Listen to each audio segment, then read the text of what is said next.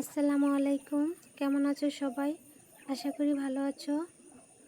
আজকে তোমাদের সাথে শেয়ার করব পেপার ক্লে দিয়ে কিভাবে বিভিন্ন রকমের সবজি ফলমূল তৈরি করা যায়।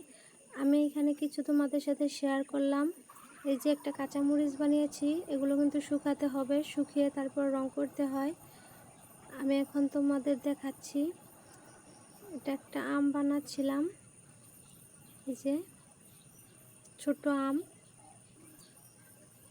আর সামনে যে বোতলের মধ্যে আমি একটা ক্লে শুকিয়ে নিয়েছি, সেটা দিয়ে আমি বড় ধরনের একটা ফুলের টব তৈরি করব।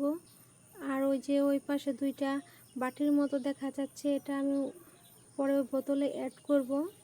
পরবর্তীতে তোমাদেরকে দেখাবো কিভাবে বড় ফুলদানি তৈরি করা হয়। এইভাবে যদি ফুলদানি তৈরি করা হয় তাহলে কিন্তু অনেক তাড়াতাড়ি তৈরি করা যায়। এই যে এখানে আমি একটা ঢেঁড়স বানাচ্ছি, ঢেঁড়স বা ভেন্ডি যে যেই নামে চিনো।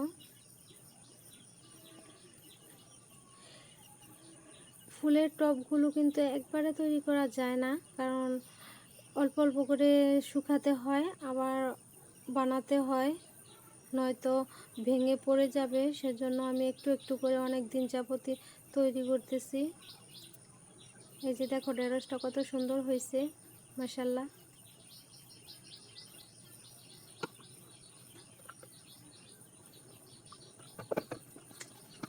পেপার ক্লে দিয়ে বিভিন্ন রকমের জিনিস তৈরি করা যায়, আস্তে আস্তে তোমাদের সাথে শেয়ার করব।